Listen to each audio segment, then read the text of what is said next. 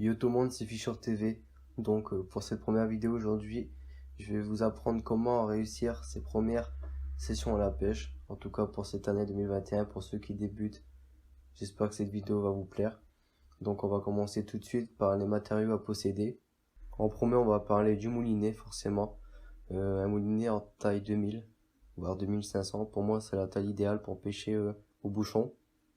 Ensuite, une canne qui soit quand même adaptée à votre rivière. Ne pas pêcher une canne tellement grande si vous pêchez un ruisseau. Par exemple, si vous pêchez une rivière de 2 mètres de large et vous pêchez avec une canne de 4 mètres, ça va pas le faire. Il faut vraiment que vous adaptez votre canne selon votre rivière. Ensuite, le nylon à mettre sur votre moulinet, je vous conseille du 22 centièmes, voire jusque du 20 centièmes. Pour moi, c'est la taille idéale pour la truite au bouchon. Bien sûr, là, il faudra un bottine spécial truite qui soit inférieur à votre nylon. Ça, c'est assez normal de le savoir. Les plombs, il faudrait prendre du spécial truite pour pouvoir avoir des gros plombs et pouvoir bien équilibrer votre ligne. Vu qu'on va pêcher avec des bouchons entre 2 et 4 grammes, il faut quand même avoir des gros plombs quand même.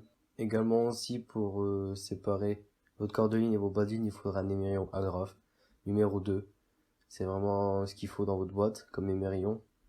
En termes d'hameçon, hameçon numéro 8, voire hameçon numéro 10, c'est vraiment les deux tailles d'hameçon à utiliser quand on pêche au bouchon.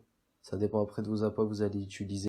Donc je vous ai mis un schéma de mon montage de pêche que moi j'utilise personnellement. Donc le bouchon de 4 grammes tout en haut.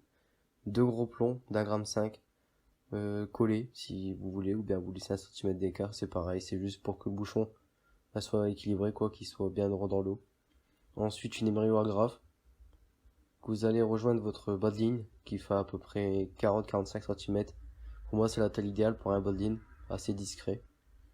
Donc vous allez mettre à votre hameçon 8 ou numéro 10 comme vous le souhaitez. Et ensuite mettre deux petits plombs sur votre bas de ligne, c'est largement suffisant. Un plomb à 10-15 cm de votre hameçon et un plomb entre pareil 10-15 cm de votre émerillon agrafe. Ça va le faire. Concernant les appâts à utiliser, je conseille le ver de terre et la tenne, ces deux appâts qui sont vraiment naturels, quoi. On peut pas négliger sur ça. Donc le ver de terre, je l'utilise principalement quand il pleut. Bien qu'il a plu pendant quelques heures avant que je vais à la pêche. Je trouve que ça me rend vraiment bien. Par contre, la tenne, je l'utilise principalement l'été, quand il fait chaud, quand les eaux sont un peu plus claires. Bon, maintenant, on va parler des spots à prospecter. Les spots où vous trouverez du poisson presque à chaque fois. Par exemple, pour la première photo, derrière un rocher, ça va être une zone de calme entre le courant. Ça va être une zone vraiment où la truite va bien se mettre derrière pour éviter d'être au courant et se fatiguer pour rien.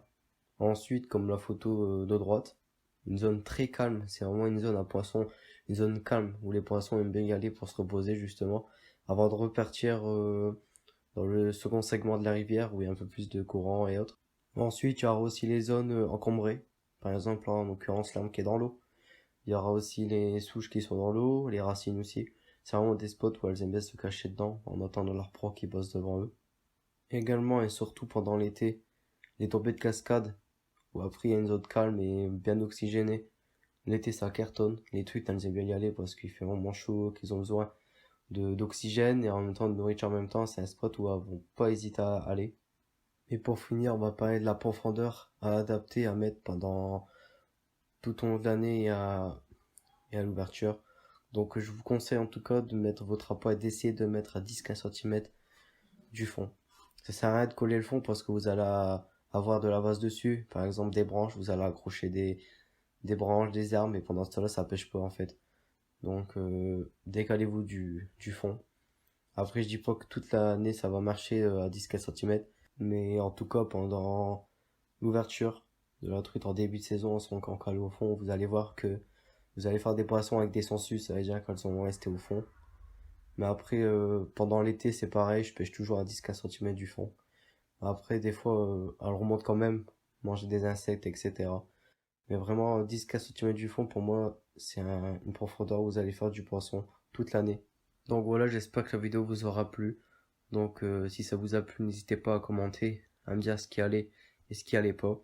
Aussi, n'hésitez pas à vous abonner et à me lâcher un petit like. Et on se retrouve à la prochaine pour une autre vidéo.